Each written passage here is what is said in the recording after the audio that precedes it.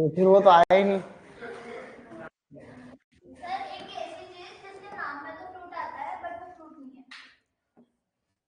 गुलाब जामुन। जामुन fruit नहीं है क्या? बाद में करते हैं। हाँ, बाद में पूछना। मैं तो क्या है क्वेश्चन वापस से।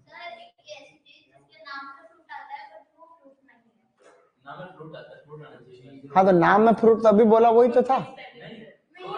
अच्छा, फ्रूट आना चाहिए। ओके, ठीक है। हैं?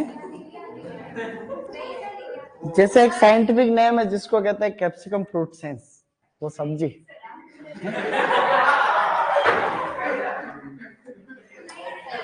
फिर अच्छा, ऐसे ही नाम है। सारे नोट्स जैसे जैसे तैयार हो रहे वैसे वैसे मिल रहे तुमको। अभी तक क्या हुआ, तुमको जनरल हॉर्टिकल्चर दे दी, अब आगे का दे देंगे, घबराओ मत। इसको एक साथ में स्टेपल कर लेना। दिक्कत क्या है?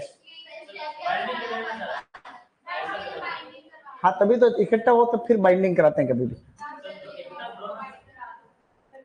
ठीक है बच्चों, इस बात का ध्यान रखा जाएगा आगे से। साथियों, हम लोग जो चीजें पढ़ रहे हैं इसी तरीके से पढ़ते भी रहेंगे।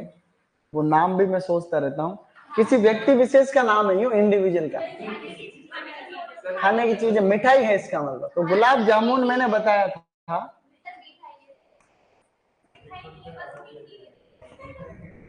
ओके, देखते हैं फिर बाद में। अरे, तो हम लोग कुछ नहीं पढ़ रहे थे इससे पहले। जैसे कॉलीफ्लोरस बियरिंग होती है ना, तने पे, ट्रंक पे फ्रूटिंग होती है, इसको कॉलीफ्लोरस बियरिंग कहते हैं। ठीक है, गुड इवनिंग गाइस। ऐसा, तो इसके अंदर कॉलीफ्लोरस बियरिंग होती जैक फ्रूट में, कोकोआ कोकोआ के अंदर, ऐसा करम्बोला वगैरह। आज का टॉपिक बहुत इजी है, जिसको हम लोग कहते हैं स्पेडिक्स। होता है ए बी सी डी में, ए बी सी डी, इन चारों में इन्फ्लोरेसेंस क्या होता है? स्पेडिक्स। तो अरेका नट, बनाना, कोकोनट, डेट पाम।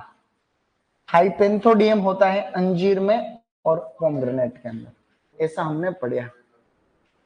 कल हमने पार्थेनोकार्पी के बारे में जो डिस्कस किया था, पार्थेनोकार्पी, उसके पार्थेनोकार्पी। तो पार्थेनोकार्पी जो है, तीन तरीके की पार्थेनोकार्पी होती है। एक तो थी वेजिटेटिव पार्थेनोकार्पी, उसके एग्जाम्पल में क्या क्या था?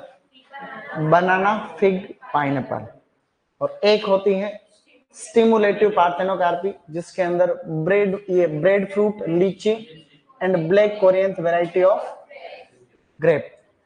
और स्टेनोस्पर्मोकार्पी के अंदर क्या था? ग्रेप और सिंधु वैरायटी ऑफ मैंगो। तो आज हम लोग पढ़ रहे हैं बच्चों प्रोपगेशन। प्रोपगेशन के बारे में बहुत सारी बातें आप लोग पहले से ही जानते हो। ये बहुत अच्छा और बड़ा प्यारा टॉपिक है। मुझे नहीं लगता है कि इससे ज्यादा इंटरेस्टिंग कोई टॉपिक भी होता होगा। बहुत अच्छा, बहुत सुंदर टॉपिक है। देखो, धरती जो है वो है ऐसी गोलमाल।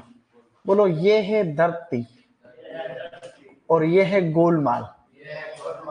जब हम बड़े इंटरेस्ट से, बड़ी रुचि से इस अर्थ को देखते हैं, ऑब्जर्व करते हैं, इसकी हिस्ट्री को देखते हैं कि धरती कब बनी, कब धरती के ऊपर अलग अलग तरीके के जो है जीव आए, किस तरीके के। पहले डायनासोर भी थे, एक टाइम था मीसोजोइक पीरियड में, जुरासिक टाइम जो था उस समय डायनासोर। उससे पहले भी ट्राइसिक पीरियड था, ट्राइसिक, जुरासिक और क्रिटेशियस पीरियड। मीसोजोइक पीरियड जो इपोक था, उसके अंदर कहते हैं तीन इपोक, पीरियड में तीन इपोक थे। जुरासिक, क्या कहते हैं इसको, ट्राइसिक, जुरासिक और क्रिटेशियस। मीसोजोइक से पहले जो इपोक था उसको कहते हैं पेलियोजोइक, जिसके अंदर तो कार्बोनिफेरस और कई तरह की चीजें थी। मीसोजोइक का मतलब बीच वाला टाइम। उसके बाद में अभी जो चल रहा है इसको नियोजोइक या सीनोजोइक कहते हैं, जिसमें प्लास्टोसीन आप लोग पढ़ते हो, जीके पढ़ते नहीं अभी ये। तो जुरासिक के अंदर डायनासोर चरम पे थे, क्रिटेशियस पीरियड में डायनासोर खत्म हुए। डायनासोर खत्म हुए और अपने तरीके के जीवों का चांस बढ़ने के, मतलब इस तरीके के पैदा होने के जो है वातावरण ऐसा सेट हुआ, करोड़ों साल लगे, एक दिन का नहीं। अभी आप धरती को देखोगे तो बड़ी सुंदर है। इस धरती पे कितनी बायोडायवर्सिटी है, कहीं पे किस तरीके के जीव जंतु, कहीं समुद्र है तो वहां पे अलग तरीके की बायोडायवर्सिटी है, बड़ा अच्छा है। अमेजन के फॉरेस्ट है, कई तरीके के धरती के ऊपर बायोडायवर्सिटी हॉटस्पॉट है। आप लोग इकोलॉजी पढ़ते होंगे तो कई तरीके की डाइवर्सिटी होती है, species diversity, genetic diversity etcetera. कई प्लांट भी होते हैं, कई तरीके के माइक्रो ऑर्गेनिज्म होते हैं, कई तरीके के और भी जीव जंतु जानवर होते हैं अनसेंट।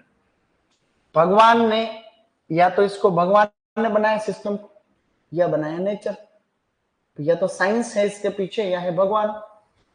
ना साइंस वालों को पता है कंप्लीटली कि इसके पीछे साइंस है, ना ही भगवान को मानने वाले लोगों को पता है कि वास्तव में इसके पीछे भगवान है क्या। क्योंकि ब्रह्मांड तो इतना बड़ा है, तो इस ब्रह्मांड को कौन जानता है, पता ही नहीं कितना बड़ा है। एक क्लास लूंगा उसमें हम बात करेंगे इस पे। इसके ऊपर कोई भी जीव हो, भगवान ने या प्रकृति ने उसको दो चीजें दे रखी है। एक तो उन्होंने फीडिंग की व्यवस्था कर रखी है, और एक भगवान ने ब्रीडिंग की व्यवस्था कर रखी।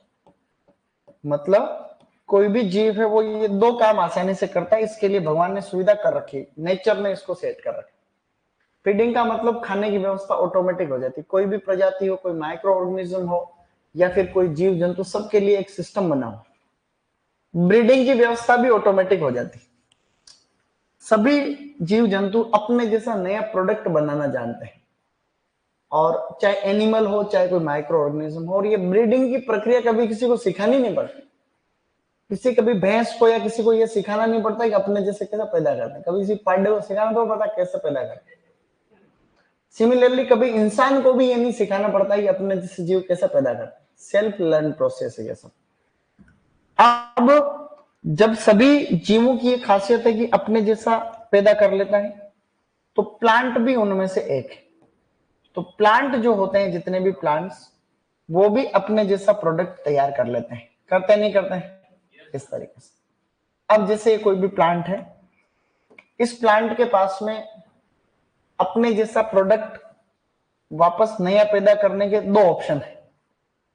एक तो ये सीड के थ्रू फ्रूट लगेगा, और फ्रूट से जो सीड बनेगा उस सीड से नया प्लांट जो है बन जाएगा। एक प्रक्रिया तो ये। या प्लांट का कोई भी वेजिटेटिव पार्ट होता है, उससे ये प्रोपेगेट करेगा। Vegetative part. अगर कोई भी प्लांट सीड से प्रोपेगेट करता है तो उसे हम लोग सेक्सुअल प्रोपेगेशन कहते हैं। क्या कहते हैं? Sexual propagation. अगर कोई भी प्लांट किसी भी वेजिटेटिव मीन्स से इसका प्रोपेगेशन होता है तो उसे हम लोग एसेक्सुअल प्रोपेगेशन कहते हैं। क्या कहते हैं? एसेक्सुअल कह दो, चाहे इसको वेजिटेटिव प्रोपेगेशन कह दो, एक ही बात। प्लांट का पार्ट कोई स्टेम भी हो सकता है, कोई लीफ हो सकती है, कोई राइजोम हो सकता है, कोई और प्लांट का पार्ट हो सकता है। किसी भी प्लांट पार्ट से जो है अगर प्रोपेगेशन हो रहा है तो ऐसा हो। इसमें कई तरीके की बातें ऐसी हैं जो हमें समझनी चाहिए। सीधा सीधा कहें कि भाई प्रोपेगेशन कहते किसको है, तो multiplication of plants is known as propagation. तो प्लांट का मल्टीप्लीकेशन हो रहा है वही तो प्रोपेगेशन है। अगर वो सीड से हो रहा है तो उसको तो हम लोग कहते हैं सेक्सुअल प्रोपेगेशन। अगर वो सीड से हो रहा है तो उसको हम क्या कहते हैं? सेक्सुअल। ऐसा हमने अभी पढ़ा। और अगर वो प्लांट के किसी भी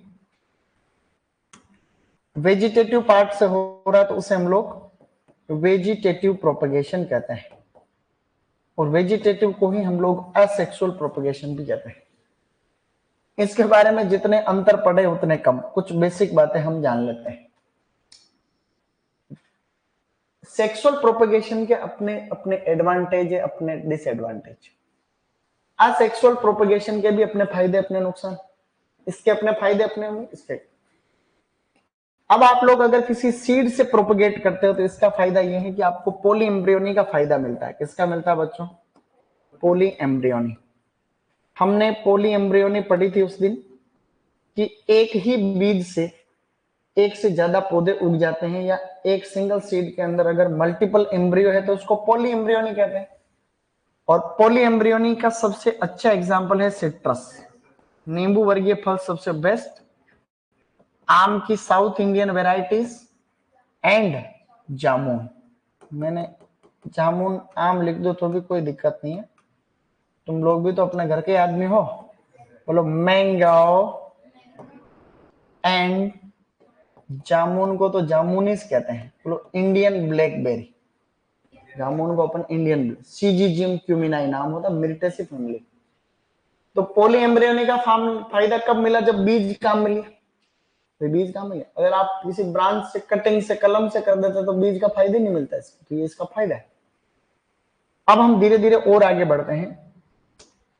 दुनिया में डाइवर्सिटी आप लोगों ने देखी होगी। अगर आप सीड से प्रोपेगेट करते हो तो ये जो है डाइवर्सिटी को बढ़ाता है, यानी कि इट इंड्यूसेस डाइवर्सिटी।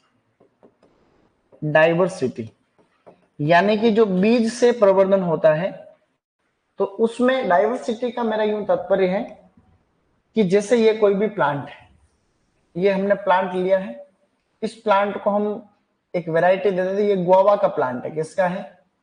गुआवा का प्लांट की एक वैरायटी जिसका नाम है ललित। क्या है? ललित। गुआवा की जो ललित वैरायटी होती है उसके अंदर से रेड फ्लेश होता है, गुआवा को काटते लाल निकलता अंदर से। अब हमने ये पौधा देखा, बड़ा प्यारा पौधा है, बड़ा अच्छा है। पौधा भी बड़ा नहीं है, ड्वार्फ है, ठीक ठीक बड़ा है। सीड मतलब फ्रूट की क्वालिटी बहुत अच्छी है, फ्लेवर अच्छा है, अंदर से रेड कलर, टेस्ट सब अच्छा है। हम ये चाहते हैं यार ऐसे पौधे तो बहुत सारे तैयार हो जाए तो मजा आ जाए। हम ये चाहते हैं कि इससे के जैसे पौधे, जैसे गुआवा की ललित वैरायटी का कोई प्लांट है, ऐसे कैसे बहुत सारे पौधे तैयार करें। तो एक ऑप्शन तो बीज। अब अगर आप बीज से पौधे तैयार करोगे तो इस बात की कोई गारंटी नहीं है कि जो पौधा उगेगा वो सेम टू सेम इस मदर प्लांट के जैसा होगा, क्योंकि उसमें बाहरी वातावरण से डाइवर्सिटी आ जाती है। पोलन ग्रेन इधर उधर जाते हैं तो नेचर से डाइवर्सिटी आ जाती है। तो सेक्सुअल प्रोपेगेशन डाइवर्सिटी को बढ़ाता है। अब अगर आप ऐसा पौधा इससे कलम से कटिंग से तैयार करते हो, लेयरिंग से तैयार करते हो, या फिर टिश्यू कल्चर से प्लांट तैयार करते हो इसी पौधे के, तो इस बात की पूरी गारंटी है कि जो प्रोजेनी बनेगी या फिर जो नए पौधे बनेंगे वो सेम टू सेम कैसे होंगे? मदर प्लांट के जैसे होंगे। तो ये जो है ये डाइवर्सिटी को रेस्ट्रिक्ट करता है। तो जो है इट रेस्ट्रिक्ट्स डाइवर्सिटी, यानी कि ये डाइवर्सिटी को कम करता है। और इसमें जो आपके प्रोजेनी बनती है तो प्रोजेनी इज जो है बिल्कुल सिमिलर होती है मदर प्लांट के जैसी। तो हम लोग शॉर्टकट में अगर इसको लिखें तो जो प्रोजेनी होती है वो होती है आपकी ट्रू टू टाइप। ये शब्द याद रखना, ट्रू टू टाइप। बच्चे लोग, ट्रू टू टाइप का मतलब होता है मदर प्लांट के जैसे का जैसा, अर्थात asexually या vegetatively propagated plants are true to type to their mother plants. यानी कि इससे जो पौधे तैयार होते हैं एक तरीके से क्लोन होते। क्या होते हैं? क्लोन। इसको आप क्लोन कह दो, कोई इसमें दो राय नहीं। इसको हम लोग कह सकते हैं क्लोन। यानी कि जैसा मदर प्लांट है वैसे इसकी प्रोजेनी होती है। जैसे कोई भैंस, मुर्रा भैंस। अब मुर्रा भैंस बहुत अच्छी, अब मुर्रा भैंस दूध बड़ा अच्छा देती है, भैंस का रंग बड़ा अच्छा होता है, ब्लैक गोल्ड, एकदम ब्लैक, जेड ब्लैक। सींग भी बड़े प्यारे होते हैं, गोल्ड मार। किसी को मार भी दे पीछे से तो यूं नहीं भाई सींग किसी के पीठ में घुस जाएगा, ऐसा सींग से नुकसान नहीं होता, गोलमाल सींग होते। दूध भी अच्छा, मिल्क प्रोडक्शन अच्छा, पेट अच्छा। हम ये चाहते हैं कि ऐसी कैसी बहुत सारी भैंसें हो तो ठीक। अच्छा, अच्छी कोई भैंस है, हम चाहते हैं ऐसी गुण वाली कोई भी और भैंसें तैयार करें। अब सेम भैंस तैयार करने के दो तरीके। एक तो पाडा पाडी वाला ऑप्शन, किसी पाडा वाले नाथूलाल के पास ले जाओ, 500 रुपया दो और पाडा पाडी वाली प्रोसेस कराओ, एक ऑप्शन तो वो। एक ऑप्शन है आर्टिफिशियल इंसेमिनेशन। तो आर्टिफिशियल इंसेमिनेशन भी सेक्सुअल है। आर्टिफिशियल इंसेमिनेशन, कृत्रिम गर्भाधान जो होता है वो भी तो सेक्सुअल है। उसमें भी तो आप स्पर्म को इंसर्ट कर रहे हो, तो वो भी सेक्सुअल है। तो उसमें अगर कोई पाडा पाडी जो जन्मेगा उसमें डाइवर्सिटी आएगी, वो अपने मदर के जैसा नहीं होगा, इस गारंटी नहीं। लेकिन अगर आप क्लोन तैयार करते, जैसे प्रथमा, गरिमा, आपने देखा हो प्रथमा, डोली बेड, ये सभी क्लोन है। तो ये एसेक्सुअली हमने इनको तैयार किया है। In vitro. इससे इस बात की पूरी गारंटी होती है कि जो भैंस है वो सेम टू सेम अपने मदर का जैसी होगी, नहीं जो प्रोजेनी बनी जो प्रथमा है उसकी माँ के जैसी। मतलब एसेक्सुअली या वेजिटेटिवली की प्रोसेस होती है, इनमें प्लांट्स जो होते हैं वो ट्रू टू टाइप होते हैं अपने मदर प्लांट के जैसे, जबकि इधर डाइवर्सिटी होती है। आगे बढ़े, और क्या क्या फर्क होता है? ये जो होते हैं जो बायोटिक और अबायोटिक स्ट्रेसेस होते हैं, biotic and abiotic stresses, abiotic stresses. तो जो बायोटिक और अबायोटिक स्ट्रेस होते हैं उनके प्रति सीडलिंग प्लांट्स जो होते हैं, बीजू पौधे होते हैं, ये होते हैं आपके टॉलरेंट होते हैं। कैसे होते हैं बच्चों? टॉलरेंट। और ये होते हैं सेंसिटिव या ससेप्टिबल। सेंसिटिव, इसको आप ऐसे समझो, दो पौधे आपको दिख रहे हैं क्या? इधर दो पौधे दिख रहे हैं, इधर दिख रहे हैं? नहीं दिख रहे हैं, ही नहीं दिखेंगे। दो पौधे ऐसे, एक तो ये है और एक ये है, ये दो प्लांट।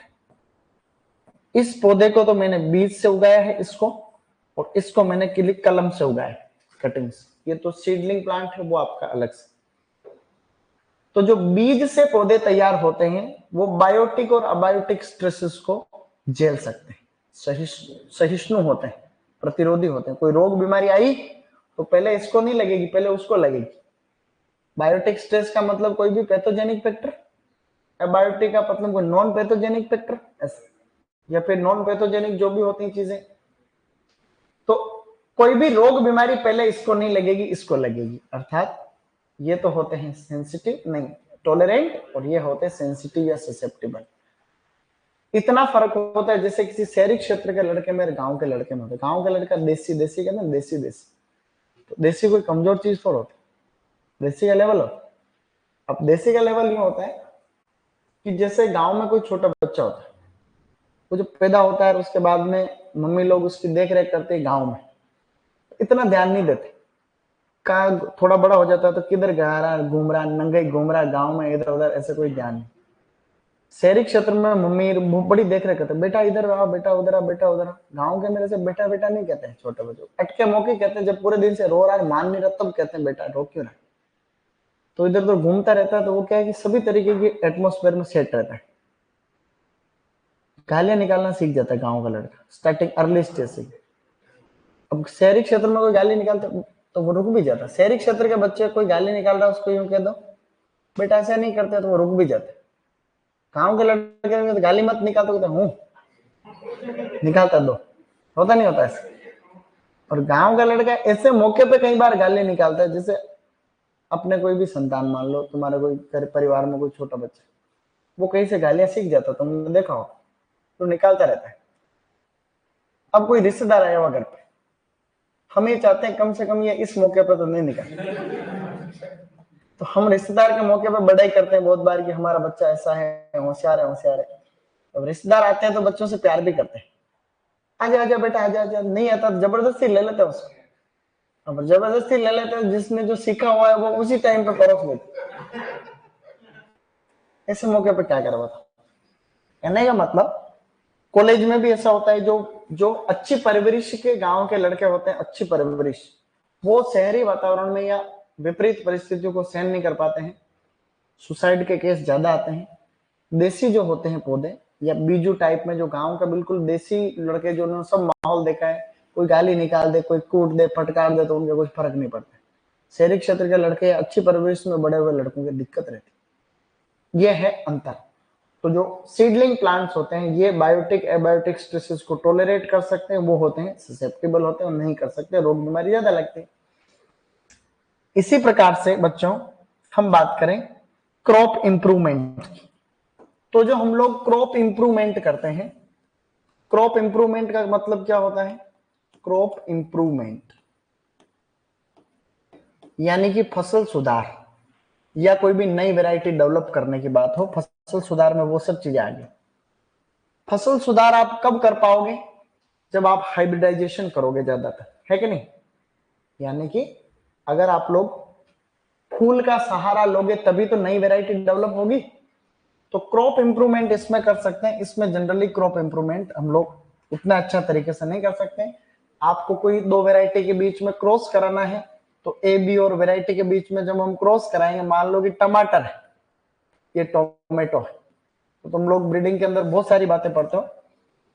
जैसे टमाटर की एक किस्म है जिसका नाम है हिसार ललित, क्या है ये, एक निमेटोड रेजिस्टेंट वैरायटी। एक वैरायटी और है उसमें जिसका नाम है पूसा 120, वो भी निमेटोड रेजिस्टेंट। इन दोनों वैरायटी के बीच में हमने जब क्रॉस कराया, तुम अभी एमएससी में जाओगे तो क्रॉस ही कराते रहना, कहीं अच्छी जगह यूनिवर्सिटी एमपीयूटे में आगे तो भी यहाँ पे ये ग्लेडुलस के अंदर क्रॉस कराते रहते हैं आए दिन। वो सर है यहाँ पे एक लक्ष्मी नारायण जी, तो वो उनके स्टूडेंट होते हैं, वो क्रॉस कराते रहते हैं, ग्लेडुलस के पराग कणों को पकड़ा इधर से उधर कराते रहते हैं पूरे दिन। तो अब इसमें क्या करते हैं, तुम्हें पढ़ा तुमने कि जैसे ये इन दोनों किस्मों के बीच में हम क्रॉस करा रहे हैं, ये दोनों सेम टोमेटो की वेराइटी, तो तुमने पढ़ा है ये कि जब ये इमेच्योर होते हैं दोनों, तभी इसको हम एज ए फीमेल काम में ले रहे हैं, इसको एज ए मेल काम में ले। तो हम क्या करते हैं, फीमेल के अंदर नर क्या काम है, फीमेल के अंदर नर किसी काम का नहीं, तो हम इमेस्कुलेट कर देते हैं। इमेस्कुलेट कर देते हैं क्योंकि नर तो होते बदमाश, कभी भी कोई एरर हो सकती है, तो इसको टोपी पहनाना भी जरूरी है फीमेल। तो फीमेल को हम लोग बेगिंग कर देते हैं, तो इस पर कोई भी एलियन और फॉरेन पोलन ग्रेन नहीं आ सकता। फिर हम क्या करते हैं, फिर यहाँ जाते हैं, बढ़िया तरीके से जब ये आपका फूल मेच्योर हो जाता है, हम इसके पोलन ग्रेन को कलेक्ट कर लेते हैं डब्बे के अंदर। ये कलेक्ट कर लिया, ये डब्बा है। अब हम फीमेल के पास में आएंगे, जब ये मेच्योर है तो हम इस टोपी को हटाएंगे, और हमने ये मेरे हाथ में सॉफ्ट ब्रश होता है, छोटा सॉफ्ट ब्रश, उससे लेकर के इसके ऊपर पोलन ग्रेन को छिटक देंगे। एक बार में नहीं छिटके, 2 बार, 2 दिन बाद के ब्रेक के बाद वापस पे करना, फिर वापस इसको टोपी पहनाना जरूरी। ये क्रॉस हो गया। अब इसके अंदर जो बीज बन गए, ये F1 हाइब्रिड है कि नहीं, तो ये बीज बनेंगे F1 हाइब्रिड, ये संकरण हो गया। हम संकरण कब करा पाए, जब हम सेक्सुअल प्रोपेगेशन की हेल्प ले रहे हैं, सेक्सुअल ऑर्गन की हेल्प ले रहे हैं। उधर कलम से कलम को अड़ाओगे क्या, क्या करोगे, कर थोड़ी सकते हैं। तो crop improvement and new varieties जो है हम डेवलप करते हैं, वो सेक्सुअल प्रोपेगेशन से ही संभव होता है। वो तो इसका अच्छा फायदा है और इसका अच्छा नुकसान, नुकसान का मतलब नहीं कर सकते तो नहीं कर सकते। आगे बढ़ रहे, ये तो हमने बेसिक सी बातें पढ़ी। अब और क्या फर्क रहता है बच्चों, और होता है long juvenile phase. Long juvenile phase, sexually propagated जो प्लांट्स होते हैं, सीडलिंग बीजू पौधे होते हैं, उनकी जुवेनाइल फेज लंबी रहती है। जुवेनाइल फेज किसको कहते हैं, पहली बार फल आना। आपने देखा होगा कि जो बीज से पौधे तैयार होते हैं, उनमें पहली बार फल आते हैं 5 साल बाद, 6 साल बाद, 7 साल बाद। गांव में देखा होगा आप, तुम लोग सुन रहे हो क्या, लड़के उसमें मत देखो ना, मैंने कहा उसमें देखो ही मत, अब उसमें मत देखो, मैं क्यों देखो तब देखो, है कि नहीं, अभी मत देखो, क्यों ये चीज लिखी हुई उधर पे, दोनों एक साथ मत देखो, जब देखना हो तब देखो। आम की गुठली लगाई, अब आम का पौधा होगा तो 5-6 साल बाद में अच्छी फ्रूटिंग होगी। तो जुवेनाइल फेज का मतलब होता फर्स्ट टाइम फ्रूटिंग, फ्रूटिंग और फ्लावरिंग जो है लेट स्टार्ट होता है। कलम से पौधे तैयार होते हैं, ग्राफ्टिंग में होते हैं। नर्सरी में 2 आम लटक रहे पहले से, देखे तुमने, नर्सरी में गए तो 2 नींबू पहले ही लग रहे हैं उस पौधे। कहने का मतलब उसमें ये अच्छा फायदा है इसका, ये वेजिटेटिव प्रोपेगेशन का अच्छा फायदा है कि आपको ज्यादा साल तक वेट नहीं करना पड़ता। खेत में 2 साल में आपके अनार आना स्टार्ट हो जाए। ये अनार लगाओगे तो 5 साल बाद में आएंगे, तो किसान को नुकसान, तो वो उसका अच्छा फायदा है, ये इसका नुकसान। इसी तरीके से इनका जो होता है बिग स्टेचर, जो सीडलिंग प्लांट्स होते हैं, इनका जो है बिग स्टेचर हो। बिग स्टेचर का मतलब क्या होता है, आकार। स्टेचर का मतलब है आकार। बीज से तैयार किए हुए पौधे बहुत बड़े होते हैं भाई, तुमने गांव में देखा होगा। और ये होते हैं इनका smaller in stature, smaller in stature, अर्थात इनके पौधे इतने बड़े होते ही नहीं। बीजू पौधे गांव में तुमने देखे होंगे, आम के पहाड़ जैसे प्लांट, अभी धीरे धीरे खत्म हो रही, वो तो बायोडाइवर्सिटी। लेकिन अगर बीज से पौधा तैयार करोगे तो बहुत बड़ा होता है। लेकिन अगर आपने कटिंग से प्लांट तैयार किया है तो ज्यादा बड़े नहीं होते, पौधे बहुत छोटे छोटे रहते हैं। छोटे रहते तो अच्छी बात, ज्यादा पौधे आते हैं 1 हेक्टर में। और बड़े पौधे रहते हैं तो तुमको ऊपर चढ़ के फिर आम तोड़ना पड़ता है। आजकल के लड़के तो फिर भी ठीक ठीक चढ़ लेते होंगे, पहले हम तो बहुत चढ़ रहे थे, मैं तो आम के ऊपर बहुत चढ़ता। अभी भी हम गाँव में जाते हैं चढ़ जाते हैं आम के पेड़, बड़े हैं तो चढ़ते हैं। आने वाले टाइम पे लड़के ये जो फोन चला रहे हैं चढ़ जाएंगे। अभी गांव के अंदर तुम देखो लड़के सब फोन, आए दिन फोन ऑन 24 घंटे। इन्होंने फिजिकल तो ये गेम खेलना तो फोन में खेलते, दिक्कत। मैं तो एक बार बेर के पेड़ से गिर गया नीचे, इतना खतरनाक गिरा कि मरते मरते बच गया। हमारे गांव में एक बेर का प्लांट था, बहुत सारे होते हैं, अब तो वो पेड़ रहा नहीं, तो मैं ठेठ आसमान से गिरा। ये पेड़ था इतना बड़ा, कम से कम 2 मंजिल का मकान होता है, उतने बड़े पेड़ से गिर गया। तो हुआ यूं, ये चढ़े, बेर के पेड़ पर नहीं चढ़ते क्या तुम? आप जानते हो तुम, खूब चढ़े। कांटे तो होते हैं लेकिन कांटे तने पे नहीं होते, कांटे आगे के जो। हाँ अभी बताता हूँ, देखो तो सही। तो ऐसा कि ये सच बता रहा हूँ, इसमें कोई मेल मिलाप नहीं। एक्चुअली कांटे होते हैं लेकिन बेर पे चढ़ सकते हैं। मैं बेर पे बैठे रहते थे आधी दूर। अलग अलग तरीके के बेर की प्रजातियां होती, गाँव में तो खूब बेर खाए। तो ऐसा हो, ये बेर बहुत बड़ा था, 1 मंजिल 2 में, कम से कम 30-40 फीट ऊंचा पेड़। तो अब हम 3 जने बेर खाने गए। मैं छोटा था, बहुत छोटा था। मैं, मेरे अंकल जी का लड़का जगदीश और उसकी सगी बहन जिसका नाम था गणी, तीनों बेर खाने के लिए गए। वो दोनों सगे भाई बहन, मैं थोड़ा दूर। हम तीनों गए तो मैं थोड़ा बदमाश था, छोटा सा चड्डा पहन रखा, नाड़ा घुमाते घुमाते ऐसे गए। अब गए तो गणी हम सबसे बड़ी थी, गणी बड़ी थी, जगदीश मेरे से बड़ा, मैं छोटा था। अब हम गए तो अब वो गणी, जगदीश कहो मैं चढ़ू ऊपर, तो गणी ने इशारा किया, तुम चढ़, इसको चढ़ने दे इसको। मैं तो ऐसे ही कह रहा था, मैं तो वैसे कुचारी आदमी था, मैं चढ़ गया तुरंत। मैं चढ़ गया ऊपर ठेठ यहां, ये मैं।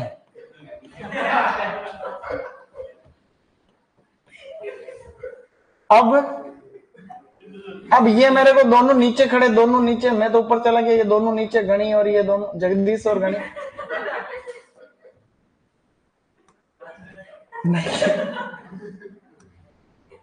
ये मेरे को बोले कि थोड़ा आगे और, थोड़ा आगे और। मैं वहां तो चढ़ गया, थोड़ा आगे। अब मैं थोड़ा आगे के चक्कर में आगे गया, तो जैसे ही इस डाली को पकड़ा तो ये डाली टूट के हाथ में आ गई और मैं डाली के साथ नीचे। अब मैं यहाँ नीचे आया तो भगवान की कृपा से ये शाखा यहाँ पे थी, थैंक गॉड कि ये था यहाँ पे। मैं इसके ऊपर अटक गया ऐसे। अब मैं इस ब्रांच के ऊपर ऐसे झूलू, पेट के बल पे गिर गया, ऐसे झूलू यूं। इधर गिरू तब तो बाढ़ है, थोर की बाढ़, थोर नहीं होती गांव में, और इधर गिरू तो नीचे। तो 5-15 सेकंड रुका होगा, ऐसे ऐसे ऐसे, फिर इधर गिरा नीचे। अब इधर गिरा तो ये दोनों तो देख ही रहे, और अब इन्होंने ज्यादा ध्यान नहीं दिया, मैं ये जैसे ये नीचे गिर गया। अब मैं पड़ा हूं, मरने जैसा हो गया, अधमरा। छोटे थे तो अधमरा सा हो गया। ये इन्होंने मेरी तरफ तो देखा ही नहीं, दोनों बेर तोड़ रहे। वो शाखा भी आई थी डाली साथ में, बेर तोड़ रहे। इन्होंने थोड़ी देर बाद में देखा, इन्होंने देखा और यार बोल ही नहीं रहा, कहीं मर तो नहीं गया। मेरी तरफ देखा तो मेरे आंखें फेरी गई ऐसे। तो फिर मेरे पास में, अरे यार मर गया होगा तो क्या होगा, घर वाले क्या बोलेंगे। दोनों मेरे पास में आए बोर लेके, पका पका थू खा ले, पका पका थू खा ले। अरे मैंने कहा बदमाश आदमी, मैं उसको समझे नहीं। फिर ऐसे फिर बड़ा मुश्किल से होश आए, और ऐसे तो बड़े पेड़ इतने होते थे कि आदमी गिरते भी थे। हमारे घर के पीछे एक बड़ा सा एक आम का पेड़ था, जिसको 4 लोग पकड़ते तब आते हैं। अभी जस्ट उसको काट दिया।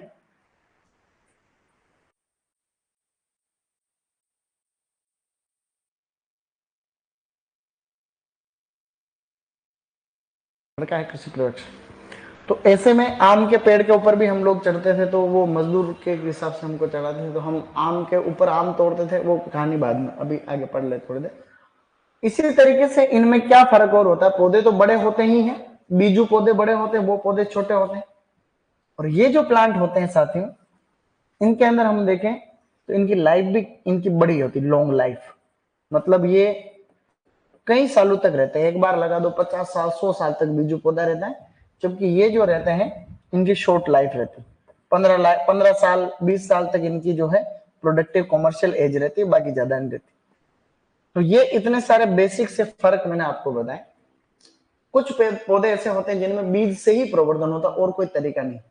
अब इसके फायदे अपने हैं, इसके नुकसान अपने, अलग अलग तरीके से, फायदे भी हैं नुकसान भी। पपीता में और कोई तरीका नहीं है, केवल बीज ही तरीका है, तो उससे बीज से ही प्रवर्धन तो फायदा है। कोकोनट नारियल में और कोई तरीका नहीं है, बीज से तो नहीं, तो उसमें प्रवर्धन किससे करते, कलम तो लगा नहीं सकते। इसमें कुछ पौधे ऐसे जैसे आपका केला, केले के अंदर बीज बनते नहीं, अपने म्यूसा पैराडिसिका में नहीं बनते, बाकी जंगली में तो बनते। अब बनते ही नहीं तो किससे करोगे, तो फायदा है। पाइनएप्पल में नहीं बनते तो फायदा है। तो कहने का मतलब यह है कि अपने फायदे अपने नुकसान। तो अभी मैंने जो पढ़ा है उसको समराइज कर रखा है यहाँ पे। ये वही जो बातें मैंने बताई कि ये तो डाइवर्सिटी को इंड्यूस करता है, क्रिएट करता है, डाइवर्सिटी उसके अंदर जो है रिस्ट्रिक्ट होती है। Asexually propagated plants are true to type to their mother plant, यानी मात्र पौधे के जैसे होते हैं। क्रॉप इंप्रूवमेंट कर सकते हैं। ये एडवर्स क्लाइमेटिक कंडीशन का मतलब बायोटिक और एबायोटिक स्ट्रेसेस है कि नहीं, तो उनके प्रति ये टॉलरेंट होते हैं और ये सेंसिटिव और ससेप्टेबल होते हैं। ससेप्टेबल होते हैं ऐसा ससेप्टेबल। इसी तरीके से जुवेनाइल फेज लंबी होती है और उसके अंदर छोटी होती है। It takes more time to fruiting, वही बात होगी, जुवेनाइल फेज का मतलब ज्यादा टाइम लगता है, उसमें कम लगता। पपीता, एसिड लाइम, फालसा, इनका कॉमर्शियल प्रोपेगेशन इसी से होता है। पपीता का कॉमर्शियल प्रोपेगेशन किससे होता है, सीड से होता है। एसिड लाइम का किससे होता है, सीड से। फालसे का किससे होता है, ये तीनों तो है इंपॉर्टेंट, बाकी नीचे वाले एक्स्ट्रा है सारे के सारे। Mangosteen, areca nut, coconut, coffee, इनका भी सीड से ही होता है। तो ये कुछ बेसिक छोटे छोटे से अंतर हैं जो कि हम ध्यान रख सकते हैं। अब हम धीरे धीरे आगे बढ़ेंगे और अब हम बात करने वाले हैं कटिंग के बारे में। तो साथियों, असेक्सुअल प्रोपेगेशन या वेजिटेटिव प्रोपेगेशन की विधियां तो इंपॉर्टेंट है, विधियां इंपॉर्टेंट।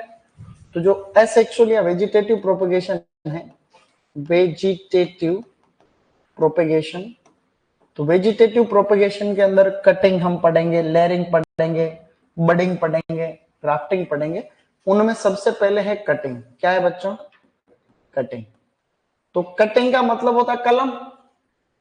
किसी भी प्लांट का कोई पार्ट काट करके दूसरी जगह पे हम लोग मिट्टी में लगा देते हैं, उसे हम लोग कटिंग कहते हैं। जैसे कोई प्लांट, इस प्लांट का कोई भी पार्ट हमने कट किया और उसको हमने मिट्टी में ले जाकर के लगा दिया, उसे हम लोग कटिंग बोल रहे हैं। स्टेम को काटा, एक सर्टेन इसकी लंबाई हो सकती है, उसको हम मिट्टी में ले जाकर लगा देंगे, जड़ें फूट जाएगी, नया पौधा बन गया। अगर आप लोग इस प्लांट की लीफ को ले जाकर के कहीं लगा रहे हो, उसे हम लोग लीफ कटिंग कहते हैं। क्या कहते हैं, लीफ कटिंग। पत्ती को काटेंगे तो लीफ कटिंग। अगर आप रूट को कहीं काट करके दूसरी जगह लगा रहे हो तो उसे क्या कहते हैं, रूट कटिंग। तो लीफ कटिंग और ये आपके सामने जो है रूट कटिंग। रूट कटिंग में क्या लिखा, रूट कटिंग। अगर आप लोग इसके तने को कहीं काट करके ले जाते हो, इस तने को, तो उसे हम क्या कहते हैं, स्टेम कटिंग। Stem cutting. ये आप लोग सभी बातें जानते हो हल्की फुल्की सी। पत्तियों में ब्रायोफाइलम, बिगोनिया, है कि नहीं, जैसे पत्थर चट्टे का देखा नहीं देखा तुमने, ब्रायोफाइलम, बिगोनिया, ये जो है इनमें पत्ती ही हम लोग जो है, जैसे स्नेक प्लांट होता है, स्नेक प्लांट, इनके अंदर हम जो है ये पत्ती को ही मिट्टी के अंदर दबा देते हैं। पत्ती को ही हमने मिट्टी के अंदर दबा दिया, नमी अच्छी है तो वहीं से एक पत्ती से बहुत सारे पौधे निकल जाते हैं। तो जो ब्रायोफाइलम होता है इसका प्रोपेगेशन किससे होता है, लीफ से। एक पत्ती से देखो 10 20 30 पौधे तैयार हो गए। जड़ कलम, रूट कटिंग, ये किसी में, ये भी किसी में ज्यादा कॉमर्शियल नहीं है, बोगनविलिया में करते हैं, तो ये बोगनविलिया क्या ब्रायोफाइलम में करते हैं तो कोई बड़ी बात नहीं। जड़ कलम सिट्रस में ले सकते हैं, सिट्रस, ब्लैकबेरी, ब्लैकबेरी, या फिर आपका एप्पल पियर। लेकिन इंपॉर्टेंट नहीं, एक भी इंपॉर्टेंट नहीं है, कॉमर्शियल किसी में भी नहीं। स्टेम कटिंग बड़े काम की चीज है। स्टेम कटिंग में क्या होता है बच्चों, छोटा क्यों नहीं आ रहा, क्या बात है, तो स्टेम कटिंग में क्या होता है बेटे, ये लो। अब ये कोई भी प्लांट है, इस प्लांट के अंदर हमने ये पौधे की बहुत सारी शाखाएं आ रही, अच्छा पौधा होता है उसको मदर प्लांट कहते हैं। क्या कहते हैं? Mother plant. ओरिजिनल वैरायटी को मदर प्लांट। मदर प्लांट के अंदर हमने क्या करा, लगभग साल भर पुरानी कोई भी शाखा है, 1 साल 1.5 साल पुरानी ब्रांच है, उसको हमने काट करके जो है फिर हमने दूसरी जगह लगाते हैं, उसको कहते हैं हार्डवुड कटिंग। क्या कहते हैं? Hardwood cutting.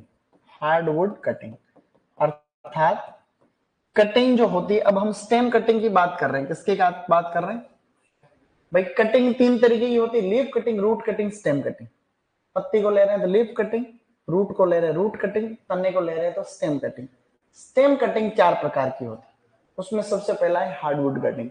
अगर आप इसकी 1-1.5 साल पुरानी ब्रांच को कट कर रहे हो, अगर आप लोग इसकी कोई सेकेंडरी ब्रांच को ले रहे हो जो ज्यादा पुरानी नहीं है, जो 6-7-8 महीने पुरानी है, उसे कहते हैं सेमी हार्डवुड कटिंग। क्या कहते हैं? सेमी हार्ड वुड कटिंग, यानी कि अर्ध कठोर कास्ट कलम। क्या कहते हैं? अर्ध कठोर कास्ट कलम। कोई बात नहीं। सिमिलरली अगर आप इसके ऊपर कोई छोटी सी ब्रांच है आगे आगे की जो 3-4 महीने पुरानी है, उसको ले रहे हो, उसको कहते हैं soft wood cutting. Soft wood cutting. Soft wood cutting को कहते हैं कोमल कास्ट कलम। ऐसे पौधे जिनमें लकड़ी बनती नहीं, हार्डवुड नहीं बनती, हर्बेशियस प्लांट्स होते हैं उनमें, उनको हर्बेशियस कटिंग उनमें काम में लेते हैं। एक और होती है जिसको कहते हैं हर्बेशियस कटिंग। Herbaceous cutting. तो कुल मिलाकर के इस तरीके से जो है 4 तरीके की कटिंग होती है। हम इनकी लंबाई की बात करें, लेंथ की, तो लंबाई जो जनरली जो हार्डवुड कटिंग होती है ये 20 से 25 सेंटीमीटर लंबी होती है, ये 15 से 20 सेंटीमीटर लंबी होती है, ये 7 से 15 सेंटीमीटर लंबी होती है, और ये भी लगभग 7 to 15 सेंटीमीटर लंबी हो सकती है। ऐसा कोई प्रश्न नहीं आता। कितनी पुरानी होनी चाहिए, कितनी इनकी एज होनी चाहिए, यूं कहें हार्डवुड कटिंग 1 से 1.5 साल पुरानी होनी चाहिए। इतनी पुरानी शाखा को हम लेते हैं, तभी तो हार्डवुड कठोर बनेगी कास्ट। Semi hardwood cutting 6 to 9 month old होनी चाहिए लगभग। Softwood cutting 3 to 5 month old, और हर्बेशियस कटिंग तो 1-2 महीने पुरानी होती। समझे बच्चों? क्या बात। अब एग्जाम्पल है 2-4। हार्डवुड कटिंग इसमें सबसे ज्यादा इंपॉर्टेंट है, और फिर इंपॉर्टेंट है हर्बेशियस कटिंग। ये 2 कटिंग है इंपॉर्टेंट। हार्डवुड कटिंग से जो प्रोपेगेशन सबसे फेमस होता है वो आप लोग कैसे याद रखोगे? ऐसे। एक तो हार्डवुड कटिंग से होता है प्रोपेगेशन ग्रेप के अंदर, ग्रेप के अंदर इंपॉर्टेंट। एक होता है आपका पोमग्रेनेट में, पोमग्रेनेट के अंदर, और एक होता है अंजीर में। मेन तो ये 3 है। बाकी गुलाब में भी करते हैं, गुलाब की देसी जो किस्में होती है रोज की देसी प्रजातियां उसमें। तो एग्जाम में तुम्हारे प्रश्न ये आएगा कि कॉमर्शियल प्रोपेगेशन मेथड कौन सी है किसी पर्टिकुलर फ्रूट की? तो ग्रेप में भी कॉमर्शियल है, फिग में भी कॉमर्शियल है, पोमग्रेनेट में भी कॉमर्शियल है, रोज में कॉमर्शियल नहीं, गुलाब में टी बडिंग। क्या करते हैं? सेमी हार्डवुड कटिंग जनरली काम में लेते हैं आंवला के अंदर। एग्जाम में नहीं आएगा, आंवला, गुआवा, मैंगो एटसेट्रा, सिट्रस आदि, ये एग्जाम में आता नहीं। नींद आ रही क्या तुमको? नींद आ रही? किस किस को नींद आ रही? नींद आ रही? शाबाश, मेरे को भी नहीं आ रही। दूसरा सॉफ्टवुड कटिंग हम लोग एक तो एप्पल वगैरह इनमें ले सकते हैं, एप्पल लेकिन कमर्शियल नहीं है। एप्पल हो गया, पियर हो गया, या फिर जैस्मिन, बोलो चमेली, चंपा, ये सभी एक ही तो होती है। चंपा, चमेली, मोगरा, जूही, ये एक ही बात। चंपा, चमेली, मोगरा, जूही, जेस्मिनम स्पीसीज। हर्बेशियस कटिंग के अंदर एक क्राइसेंथेमम, क्राइसेंथेमम, एक तो क्राइसेंथेमम गुलदाउदी और कार्नेशन। इनमें हर्बेसियस कटिंग लेते हैं। हर्बेसियस कटिंग को कई बार आप लोग टर्मिनल कटिंग कह दो तो दिक्कत नहीं। पौधे के ऊपर ऊपर भागे वाले काट को छोटे से काटी है कलम, छोटे से काटा कलम। आजकल तो गेंदे में भी कलम लगती है, तुम्हें पता ही नहीं। मेरीगोल्ड होता है मेरीगोल्ड, उसकी भी कटिंग के प्लांट लगते हैं। अब क्वेश्चन है, जेट का क्वेश्चन बताता हूँ। देखो पिछले साल कि प्रश्न आया कि कौन सा जो है एक तरीके से स्टेम कटिंग नहीं है, कौन सी, which of the following is not a type of stem cutting. Option था hardwood cutting, semi hardwood cutting, softwood cutting और रूट कटिंग। रूट कटिंग तो रूट कटिंग इटसेल्फ, और ये ऐसा प्रश्न है। लेकिन बच्चे क्या क्या पता हूँ, वो तो पढ़ते हैं जड़ कलम तना कलम ऑप्शन। मैं तो हिंदी अंग्रेजी दोनों बताता हूँ सभी बैच में। तो मैंने कहा हिंदी याद मत रखो, अंग्रेजी याद रखो। उसमें यूं था हार्डवुड कटिंग, ये कटिंग है, बच्चों को समझ में नहीं आता। छोटे बच्चे 12वीं के बाद में पता नहीं रहता है। तुम तो क्या पढ़ते पढ़ते को पता तो तुमको भी कुछ नहीं, लेकिन क्या है कि वो फिर भी सीख जाते हैं काफी सारी बात। तो कहने का मतलब कुछ नहीं है। कलम होती है इस तरीके से तीन प्रकार की, leaf, root, stem. Stem cutting फिर 4 प्रकार की, hardwood cutting, semi hardwood cutting, softwood cutting, herbaceous cutting. Example वो याद रखने चाहिए। कटिंग में अब मैं ऐसे बता देता हूं, है कि नहीं। लिखता हूं तो डबल टाइम लगता है, नहीं लगता क्या। ये मैंने वही चीजें सब बता रखी है आप। हार्डवुड कटिंग ग्रेप में, फिग में और पॉमग्रेनेट में कॉमर्शियल है, वही है। और हाँ, सेमी हार्डवुड कटिंग फेमस नहीं है, तो फेमस है वो हर्बेसियस कटिंग। अब जब हम कलम लगाते हैं तो कलम लगाते समय भी बहुत छोटी छोटी सावधानी है जो पे हम लोड नहीं ले रहे, क्योंकि वो एग्जाम में नहीं है। सबसे फेमस जो क्वेश्चन आता है वो रूटिंग हार्मोन का आता है कि कलम में अगर टाइम पे जड़ नहीं फूट रही है तो हम लोग उसमें आईबीए काम में लेते हैं। बोलो इंडोल ब्यूटायरिक एसिड। तो कलम लगाओगे कैसे लगाओगे, कलम को पहली बात तो ऐसे लगाते हैं, ये कलम लगाएंगे ऐसे। कटिंग का 3/4 जो पार्ट रहता है वो हम लोग मिट्टी में दबाते हैं, 2/3 पार्ट या 3/4। कलम का 3/4 का मतलब 3/4 भाग हम मिट्टी में दबा देते हैं, और ऊपर का कट ऐसा तिरछा लगाते हैं। तिरछा ऊपर का कट लगाने के पीछे 2-3 कारण है। ऊपर का कट तो लगाते हैं यूं, नीचे का कट लगाते हैं यूं। ऊपर का तो यूं और नीचे का यूं, मतलब नीचे का तो सीधा और ऊपर का तिरछा। ऊपर का तिरछा लगाने के पीछे एक सीधा लॉजिक तो यह है कि जैसे कोई भी प्लांट है, प्लांट से हमने इस कलम को लिया, ये कलम है, यूं लिया और मैंने इसको यूं लगा दी, पता ही नहीं रहता। भाई 1000, 2000, 5000 कलम एक साथ लगाते हैं नर्सरी वाले। तो आपने किसी भी प्लांट से कलम को काट के लाए, ये कलम लिया है, ये कलम ऐसे लाया मैं इसको काट के यूं, एक जैसी मोटाई होती है, पेंसिल थिकनेस होती है, पता ही नहीं रहता, यूं लगा दिया बहुत सारे, पता ही नहीं। तिरछा कट से एंगुलरिटी का पता चलता है, तिरछे वाले भाग को ऊपर लगाते समय ध्यान रहता है कि ये तिरछा ऊपर रहेगा। फिर कोई बारिश वारिश होती है तो बूंद बूंद पानी के नहीं रुके नीचे गिर जाती है, नहीं तो नमी आती है फंगस लगता है, सड़ जाता है। तो एग्जाम में प्रश्न ये आता है कि भी कलम में जो जड़ फुटान होती है, रूटिंग, उसके लिए कौन सा हार्मोन काम में आता है।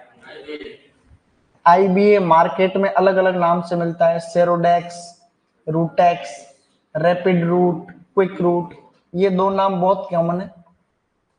रूटेक्स से तो पता चल जाता है रूटिंग का, सेरोडोक्स से पता नहीं चलता। सेरोडेक्स के नाम से भी मार्केट में मिलता है। 2000 से 5000 पीपीएम का विलियन बनाते हैं। एग्रोनॉमी में पढ़ा होगा विलियन कैसे बनाते हैं। 1 ग्राम मटेरियल को अगर आप 1 लीटर पानी में मिलाते हो तो 1000 पीपीएम बनते हैं। 1 ग्राम को अगर आप लोग ऐसे देखो वापस, 1 ग्राम कोई भी सब्सटेंस होता है उसके अंदर 1000 मिलीग्राम होते हैं। कितने होते हैं, 1000 मिलीग्राम। 1 ग्राम में 1000 मिलीग्राम। 1 मिलीग्राम को 1 लीटर पानी में मिलाते हैं तो 1 पीपीएम बनता है। क्या बनता है, 1 मिलीग्राम को 1 लीटर में 1 पीपीएम। 200 मिलीग्राम को 1 लीटर में कितना मिलेगा, 200 पीपीएम। 200 पीपीएम 1000 मिलीग्राम को, यानी कि 1 ग्राम को 1 लीटर में मिलाएंगे तो कितना बनेगा, 1000 पीपीएम। तो कहने का मतलब 1 ग्राम को 1 लीटर पानी में मिलाते हैं तो 1000 पीपीएम। तो हम 2 ग्राम को मिला रहे हैं, कितने को, 2 ग्राम को 1 लीटर में मिलाते हैं तो 2000 पीपीएम बन जाता है। फिर उसमें डुबो, कलम को डुबो और फिर खेत में लगा, जल्दी जड़ फूटती है उससे। बॉटम हीट टेक्निक, ये एक नया कॉन्सेप्ट है। बॉटम हीट टेक्निक का मतलब, बॉटम का मतलब तो होता है नीचे, हीट का मतलब होता है गर्म करना। नीचे से गर्म करने को हम क्या कहते हैं? Bottom heat. नीचे से गर्म करने का मतलब हर किसी चीज को नहीं गर्म करना होता, ऐसा है। ये जैसे कि कोई भी एक छोटा सा टब है या कोई भी जो है इस तरीके का जुगाड़ बना रखा देसी टाइप, इसमें मिट्टी भरी रहती है। देखो नर्सरी में जो रूटिंग होती है ना, रूटिंग, कलम में जड़ फूटती है, उसके पीछे कई तरीके की बातें होती है। टेम्परेचर, ह्यूमिडिटी सब मायने रखते हैं। टेम्परेचर अगर अनशंट बहुत ज्यादा 40-45, जड़ फूटेगी नहीं 3 महीने तक, 4 महीने तक। टेम्परेचर अगर कम है 20 डिग्री सेंटीग्रेड तो भी जड़ नहीं फूटती। तो ऑप्टिमम टेम्परेचर लगभग चाहिए 30 डिग्री सेंटीग्रेड के आसपास। तो सर्दी के मौसम में जब दिक्कत आती है, टेम्परेचर कम रहता है तो जड़ें नहीं फूटती है। तो ये आईएआरआई के 2 साइंटिस्ट थे, आईएआरआई न्यू दिल्ली। एक का नाम तो था रेड्डी एंड मजूमदार, 2 नाम है, रेड्डी एंड मजूमदार। मजूमदार। तो रेड्डी ने और मजूमदार ने आईएआरआई में मैंगो के अंदर ये टेक्निक डेवलप की, आम के अंदर 70 काफी टाइम हो गया। तो उसमें क्या करते हैं, प्लस माइनस, जैसे पानी गर्म करते हो ना रोड से, वैसे इसमें हम लोग इसको कलम, ये नीचे वाला माहौल गर्म, मिट्टी रहती है उसको गर्म रखते हैं, इसमें फिर कलम में लगाते हैं ऐसे। तो इसमें जो टेम्परेचर रहता है वो 30 डिग्री सेंटीग्रेड ±2, यानी लगभग 28 से 32 डिग्री सेंटीग्रेड इसमें मेंटेन रखते हैं, उससे जड़ें जल्दी फूटती। तो बॉटम हीट टेक्निक रेड्डी और मजूमदार ने डेवलप की, कटिंग से संबंधित है, कलम से, इतना ही याद रहेगा, कोई दिक्कत नहीं। आम में डेवलप की थी, बाकी आंवला गुआवा किसी दूसरे में कर दो तो ये टेक्निक यूं मना नहीं करते कि भाई इसमें क्यों कर रहा हूं मैं, है कि नहीं। तो कहने का मतलब कुछ नहीं है, बेसिक है, ध्यान रखना। यही आता है ज्यादातर तो आईबीए, जो कि तुम पहले से जानते हो, खूब पढ़ा हुआ है। तो हमने कुछ पढ़ा क्या अभी? ये वही कटिंग है, रूट कटिंग अब आ रही है, वही रूट कटिंग है। रूट कटिंग कोई बड़ी बात नहीं है, सिट्रस, ब्लैकबेरी वगैरह। और लीफ कटिंग ब्रायोफिलम बिगोनिया में करते हैं। अब एक चीज और है, ये थोड़ा सा नया शब्द है, मिस्ट चेम्बर, ये आ जाता है कई बार। मिस्ट चेम्बर का मतलब जो रहता है, आर्द्रता अच्छी रहती है इससे। मिस्ट चेम्बर का मतलब ऐसे पुली हाउस टाइप में छोटा सा चेम्बर रहता है। तो जब जनरली ऑर्नामेंटल प्लांट्स होते हैं, फूल वाले पौधे नहीं है, तो इनमें जड़ें जल्दी फूटती है। तो इसमें क्या ऊपर से छोटे, मिस्ट का मतलब क्या होता है, छोटी छोटी फुहारे पानी की चलती रहती है, नमी खूब रहती है। तो ये कटिंग में ही काम में लेते हैं। मिस्ट चेम्बर जो होते हैं वो कटिंग लगाते हैं, कलम लगा दी, पूरे में कलम लग रही है, फिर उसमें मिस्ट का मतलब छोटी छोटी फुहारें चलती रहती है, जैसे पोलिया हाउस में चलती है वैसे, आर्द्रता मेंटेन रहती है, उससे जड़ें जल्दी फूट, है कि नहीं। तो ये मिस्ट चेम्बर आ सकता है। इसके आगे तुम लोग लिख दो प्री पिच, ताकि तुमको यूं रहे याद रखना। तो ऑर्नामेंटल प्लांट जो या लीफी प्लांट्स होते हैं उनमें रूटिंग के लिए मिस्ट चेम्बर काम में आते हैं। मिस्ट चेम्बर का मतलब नमी के लिए ऊपर से छोटी छोटी फुहारें चलती रहती है। साथियों अब है लेयरिंग। लेयरिंग कुछ नहीं होती, लेयरिंग कुछ नहीं। अब लेयरिंग में जितना बताएं उतना कम है, और बताएं क्यों जब इंपॉर्टेंट नहीं। लेयरिंग के अंदर कोई भी प्लांट होता है, उस प्लांट की ब्रांच को हम लोग ऐसे झुकाएंगे, मिट्टी में दबा देंगे। ये हमने मिट्टी में दबा दी। जिस पर्टिकुलर पार्ट को हम लोग सोइल के अंदर दबा रहे हैं, वहां से हम लोग हल्की सी क्या करते हैं, छाल को उतार देते हैं। उतार के हमने जरूरत पड़े तो यहाँ आईबीए और लगा दो, अगर आईबीए काम मिले तो जड़ें जल्दी फूट जाएगी। तो इसको फिर मिट्टी में दबा दिया हमने, जैसे इसमें रूटिंग हो जाए काट लो, नया पौधा बन। सिंपल लेयरिंग, सिंपल लेयरिंग, इसमें कुछ नहीं करना पड़ता। अगर इसी पौधे को आप लोग एक से ज्यादा बार झुका पा रहे हो, ऐसे एक से अधिक बार झुका देते हैं, जो पौधे सॉफ्ट हो 2 बार झुका दिया, जड़ें फूट गई यहाँ पे और यहाँ पे, इसको यहाँ से काट लो, इसको यहाँ से काट लो, तो 2 पौधे तैयार हो गए नहीं हो? अरे समझ लो क्या, हल्का सा कोई इंपॉर्टेंट नहीं। इसमें एक ही पौधा तैयार हो, इसको 2 बार 3 बार जितनी झुका सकते हो उसे झुका दो। यहाँ काटेंगे एक पौधा, यहाँ से काटेंगे दूसरा पौधा। इसको कहते हैं कंपाउंड लेयरिंग। क्या कहते हैं? कंपाउंड। सांप की तरह चलती, इसलिए इसको सर्पेंटाइन लेयरिंग भी कह रहे हैं, सांप के जैसे। टिप का मतलब प्लांट के टिप पोर्शन को दबाते हैं ऐसे। टिप का मतलब प्लांट के ये पूरे टिप पोर्शन को आगे दबा दी। यहां से प्लांट इमर्ज हो जाता है ऐसे। तो टिप लेयरिंग भी होती।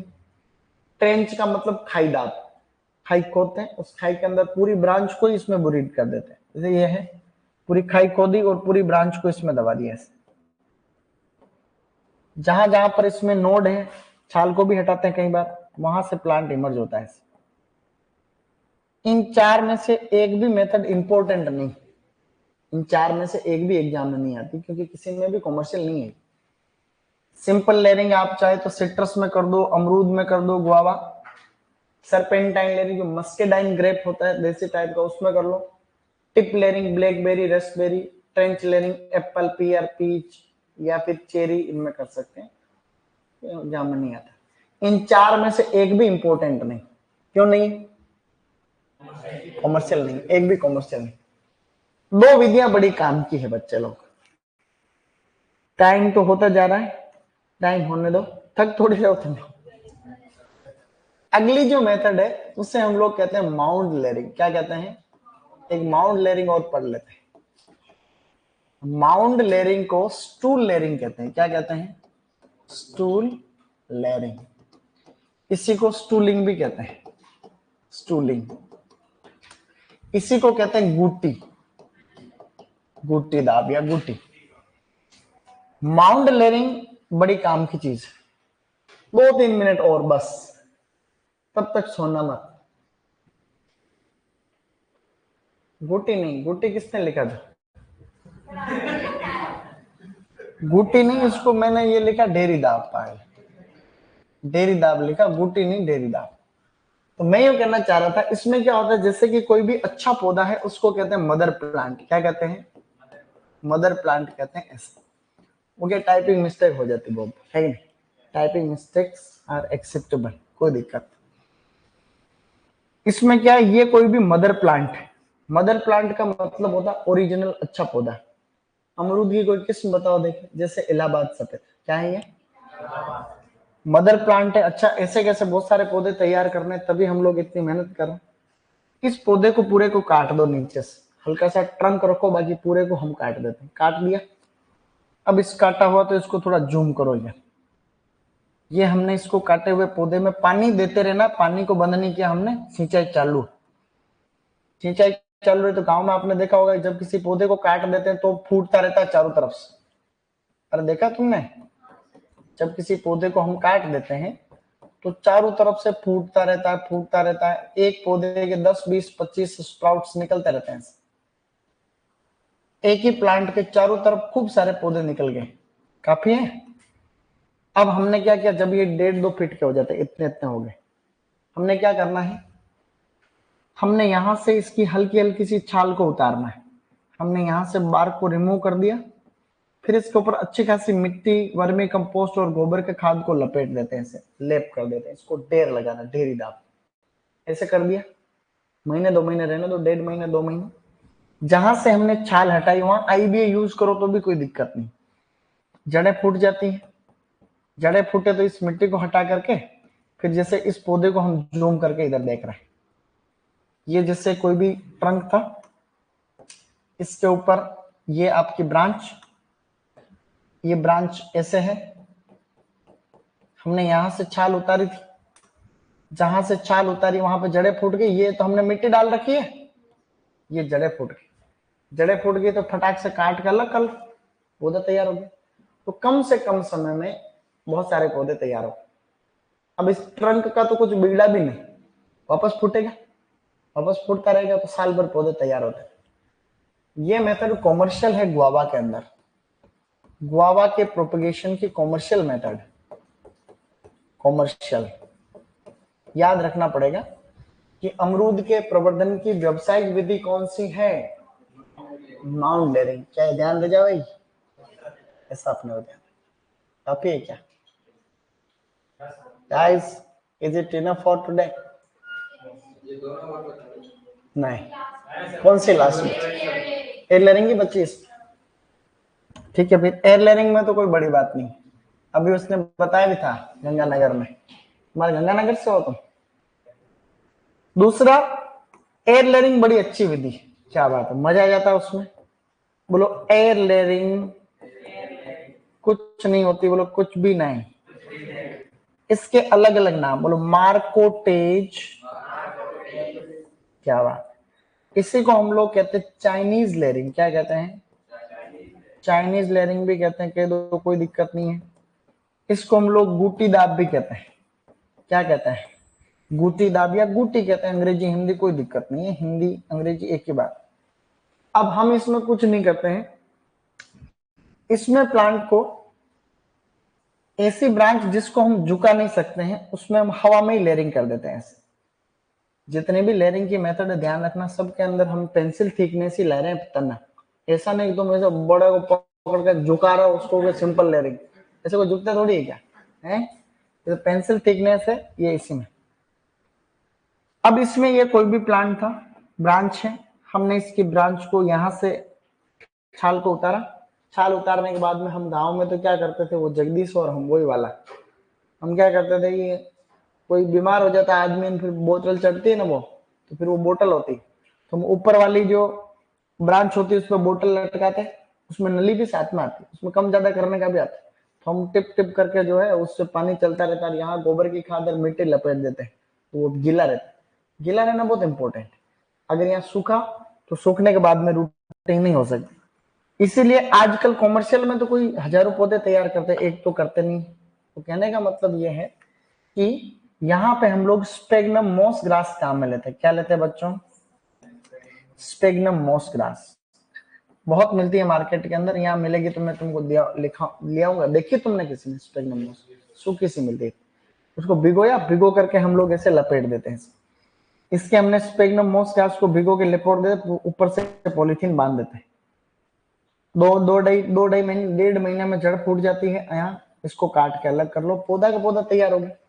स्पेगनम मॉस ग्रास की क्यों काम में लेते हैं? क्योंकि इसकी जो वाटर एब्जॉर्प्शन कैपेसिटी होती है या वाटर होल्डिंग कैपेसिटी होती है ये ज्यादा होती है, कैपेसिटी ये ज्यादा होती है, इसीलिए स्पेगनम मॉस ग्रास काम में।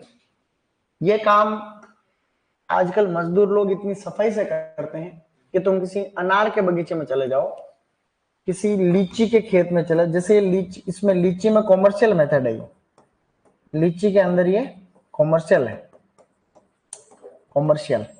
तो लीची में कॉमर्शियल है, पहली बात तो ये। गुआवा में इनमें भी करते हैं, गुआवा हो गया, पोमग्रेनेट हो गया, इतनी सफाई से करते हैं जैसे किसी अनार के खेत में तुम गए, एक एक पौधे पे 10-10 एयर लेयरिंग कर रखी, तुमको पता नहीं चलेगा जब तुम ढंग से नहीं देखो, क्योंकि अभी बहुत स्मूथली हो गया काम। हल्का सा कट लगाया, स्पेगनम मॉस ग्रास को रखा और पॉलीथीन से बांध दिया, ज्यादा दिख भी नहीं रहा, ना ही पहले क्या इतना लंबा चौड़ा बांधते थे यूं ऐसा, अब ऐसा नहीं रहा, बहुत स्मार्ट काम हो। एग्जाम में ये दोनों ही आएगी, इस बात का ध्यान रख लेना। अभी एआरओ के एग्रीकल्चर रिसर्च ऑफिसर का प्रश्न है कि माउंट लेयरिंग को हम ये भी कहते हैं स्टूल लेयरिंग। क्या कहते हैं? जब एआरओ में आया तो तुम्हारा प्रीपीजी में क्यों नहीं आएगा? समझे? तो ये दोनों लेयरिंग की चीजें। एक शब्द होता है इटियोलेशन। इटियोलेशन, इटियोलेशन कुछ नहीं होता है, कटिंग में और लेयरिंग में जो ये जितनी भी जड़ फूट रही है सिर्फ डार्कनेस में फूट रही, डार्कनेस। हमने जहां अंधेरा नहीं है वहां पे अंधेरा किया है, अंधेरे में ही जड़ फुटाना होता है। तो ऐसा कहते हैं कि जो डार्कनेस में रूटिंग होती है उस प्रोसेस को हम लोग इट्यूलेशन कहते हैं। ये एक सिद्धांत है, कहते हैं एग्जाम में नहीं आता, ये जड़ में, कलम में यानी कटिंग में और लेयरिंग में जड़ फुटान का मुख्य सिद्धांत है। तो डार्कनेस में जो रूटिंग होती है उसे हम लोग इट्यूलेशन। तो हमने कुछ पढ़ा क्या? बोलो कुछ नहीं, कुछ भी तो नहीं पढ़ा बच्चों। अब इसमें क्या करना पड़ता है? इसमें सेव करना पड़ता है। सेव से पहले क्या बात, लिखते नहीं है तो क्लास कितनी लंबी होती है पार्ट। तुम वो एक्सटेंशन में भी तुम लोग लिखते हो क्या? तो तुम मेरे सब्जेक्ट में क्यों नहीं लिखते हो पागल? हम्म?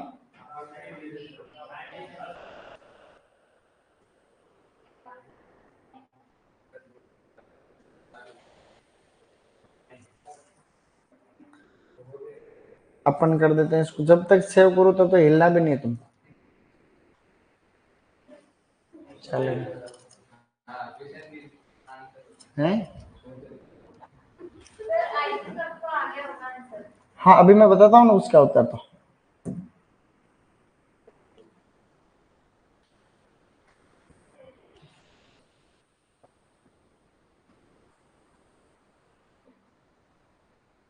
खोले क्या दब गया? वह दबा होगा, मैं ओके करा, वो ऊपर सेव का दब गया।